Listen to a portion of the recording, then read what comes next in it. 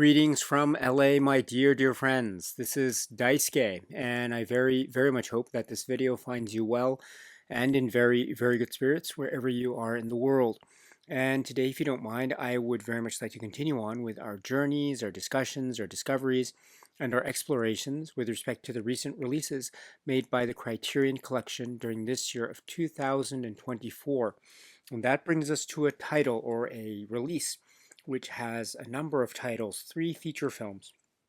And they are from 1993, 1995, and 1997, respectively, these 3 films. And they make up what might be called a trilogy, or what is considered a trilogy of films from the filmmaker GREGG Araki.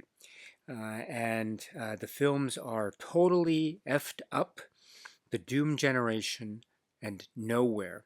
And this trilogy is given a very provocative name, and also this is part of this great Criterion release. This is collectively at Criterion spine number 1233. And again, the filmmaker is GREGG Araki. And the name of this release is GREGG Araki's Teen Apocalypse Trilogy, Totally Effed Up, The Doom Generation, Nowhere.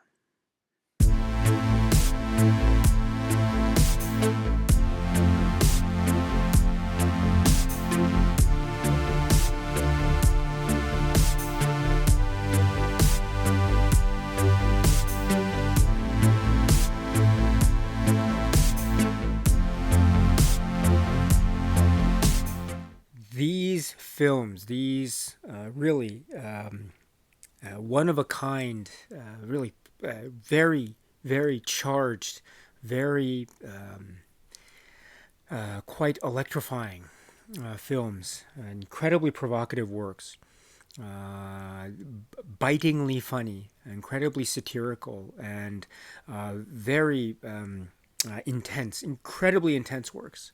And leave quite an impression types of films are from the filmmaker GREGG Araki. And this is GREGG Araki's Teen Apocalypse Trilogy, Totally Effed Up, and from 1993, and The Doom Generation from 95, and Nowhere from 1997. This is GREGG Araki's films are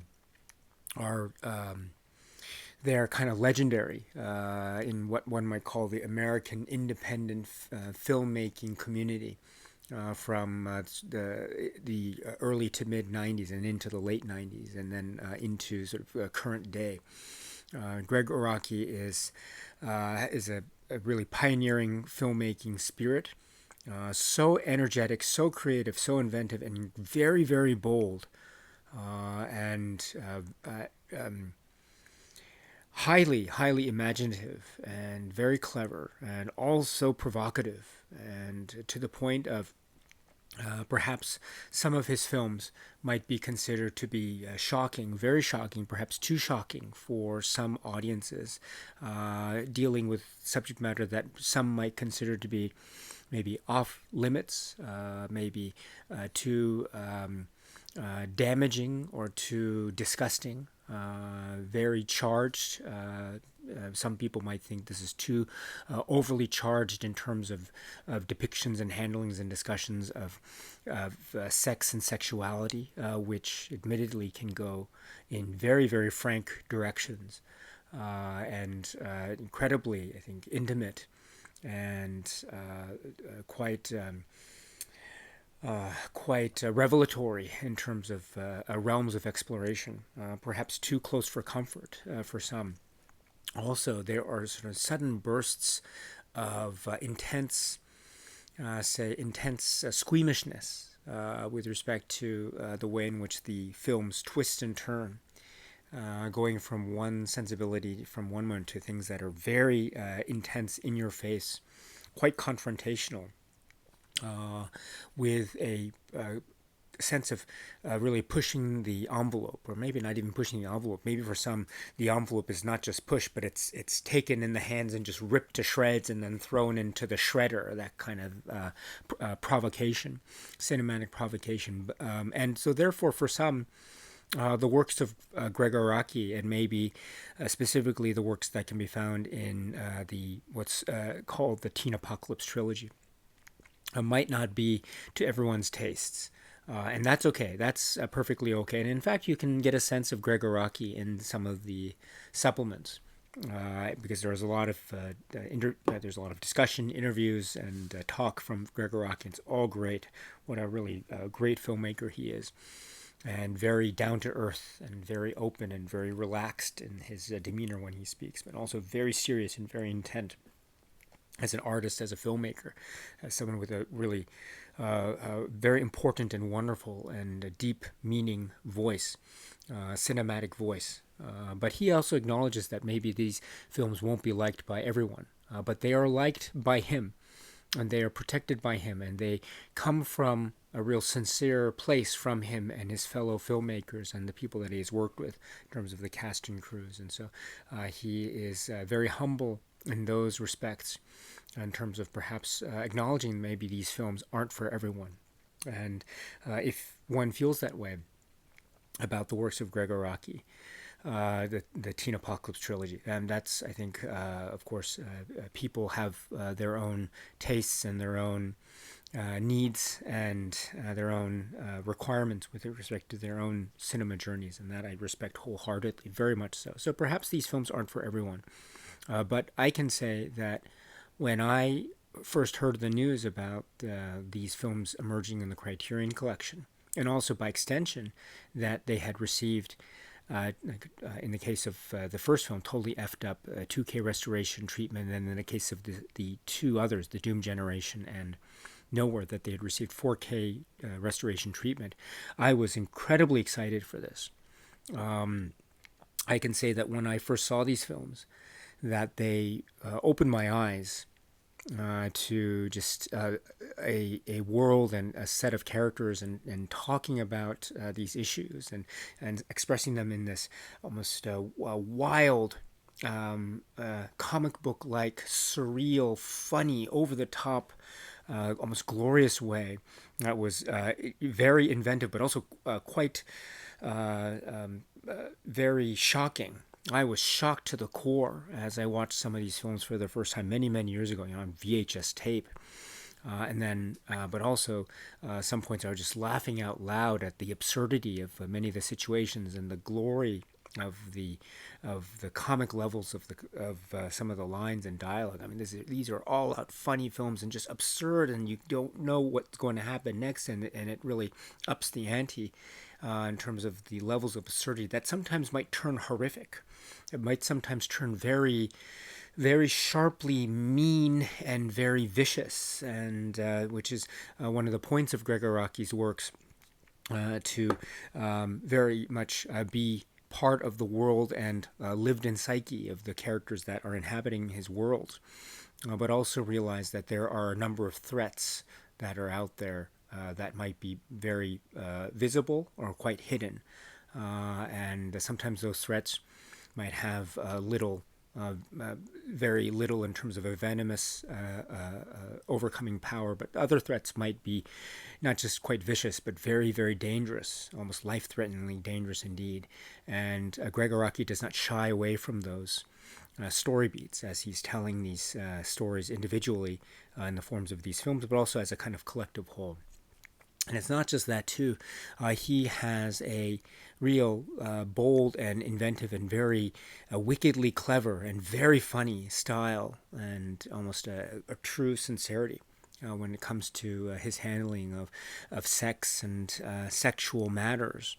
And really getting into themes of, say, sexual self-gratification and bisexuality, homosexuality, pansexuality, in a way that is, and also matters and issues and concerns about exploration of one's own sexuality in a kind of fluid fashion, in a manner of a sort of innate human curiosity.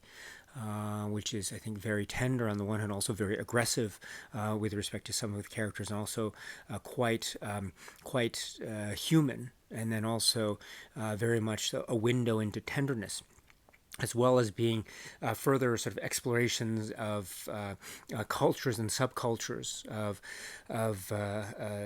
let's say, expressions of sex, and sort of the mechanics of sex, and also the ways in which this is very much a kind of window into human, say, expression, as well as being in the hands of people like Gregg Araki. Things that also can be very funny and awkward and filled with lots of humor and outbursts, as well as upping the ante in terms of the world of absurdity of Gregg Araki. And so these explorations too sometimes are very frank and go in directions that indeed for say someone like me, I'm always very I'm very curious about the world and curious about these discussions and matters as they're handled in these three films respectively. And also sometimes I'm thrilled by them. I'm also sometimes just suddenly surprised by some of the turns, and really I'm almost caught off guard in how intimate and tender and very raw these interactions can be, in ways that I think Gregg Araki and company can really just show the variations and all the possibilities. And this is a very exciting, a very vivid dynamic, as well as I say, really upping the ante in terms of the absurdity levels of storytelling and structure, breaking the boundaries with respect to organization and structure and style of film and cinema.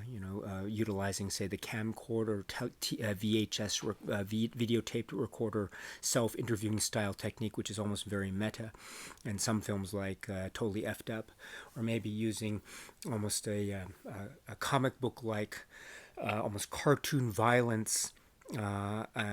Cartoon violence scenario, a situation of a film like The Doom Generation, or going completely, one might say, off the deep end into somewhere that is quite a resolution to a trilogy indeed, when you have somewhere like Nowhere, which is like this tapestry of things that are totally absurd and totally wild, and mixed in to this fashion that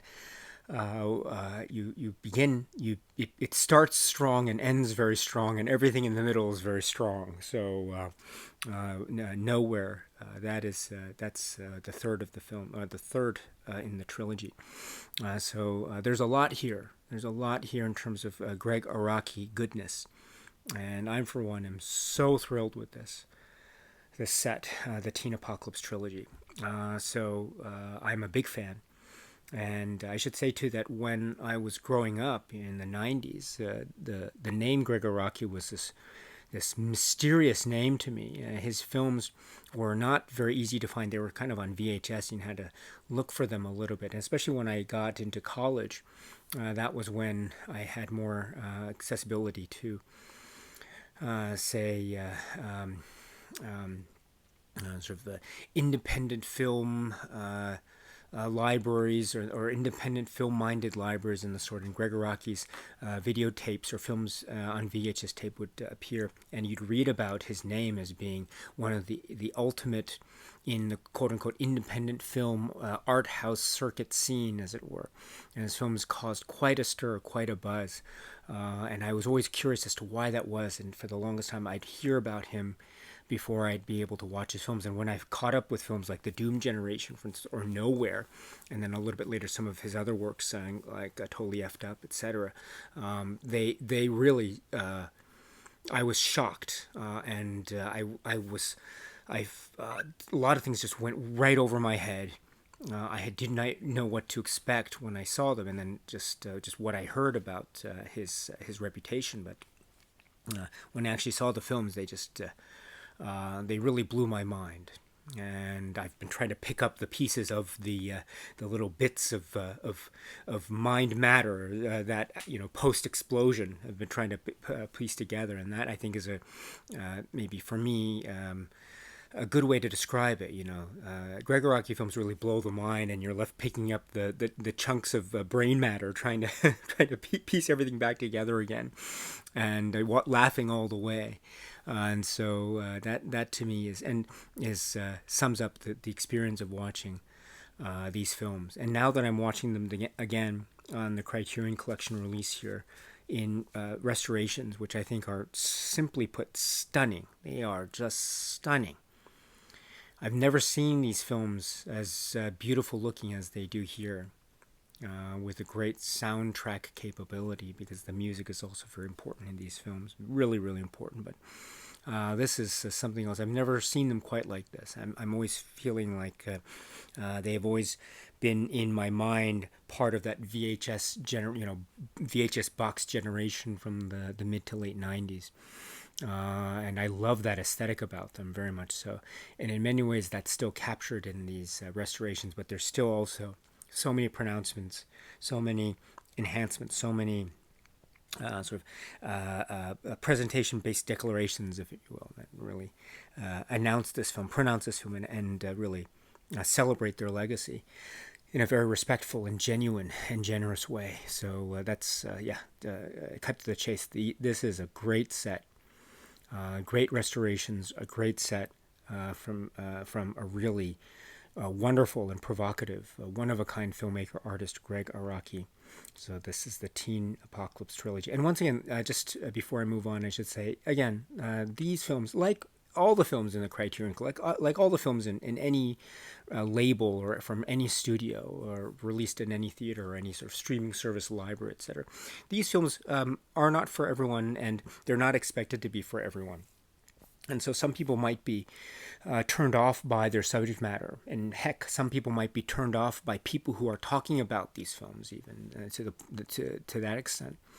And so if you feel that way about these films, or other films for that matter, that's, again, completely okay. That's totally fine. Again, your film journey and your experiences and your tastes and your opinions about films are your own, and I respect them wholeheartedly, very much so. So if you don't like these films, no problem at all, not a problem at all. But I will always continue to be very, very proud and so honored, and I consider myself so lucky to have been able to have seen these films when I was able to early on in my life.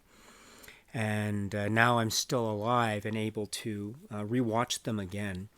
But now this time rewatch them again, courtesy of great releases like this. And I consider myself very, very fortunate to have been able to watch these films because they are something special. And I watch them again now, and I'm equally as I'm laughing. I'm going along with it. I feel sometimes I'm perplexed. Sometimes I feel repulsed. Sometimes I feel confused, and sometimes I feel a genuine sense of suspense and longing along with the characters, and then also feeling of being moved by the tenderness and intimacy, also being moved by the gestures of yearning and wanting to belong and wanting to feel a sense of togetherness and belonging and connectivity with other people or persons on an intimate level, on a sort of level of camaraderie, maybe being shunned, that feeling of being maybe disappointed, those feelings of being rejected, those feelings of jealousy, of romantic jealousy, sexual jealousy, or the like, the feeling of total and utter shock, and being left alone,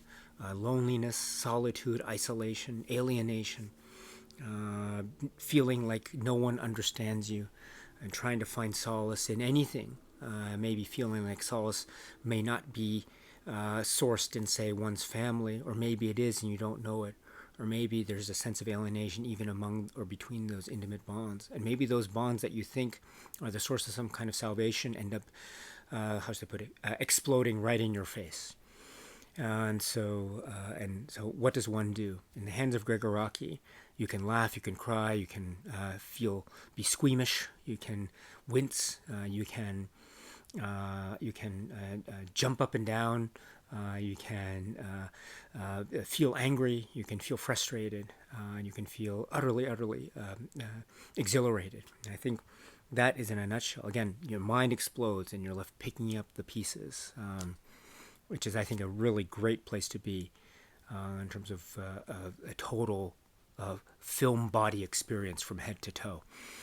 That's how I feel about watching these films, and so I'm so grateful to be able to watch these yet again, now courtesy of the Criterion release. So this is my very general introduction into the world of GREGG Araki teen apocalypse trilogy films.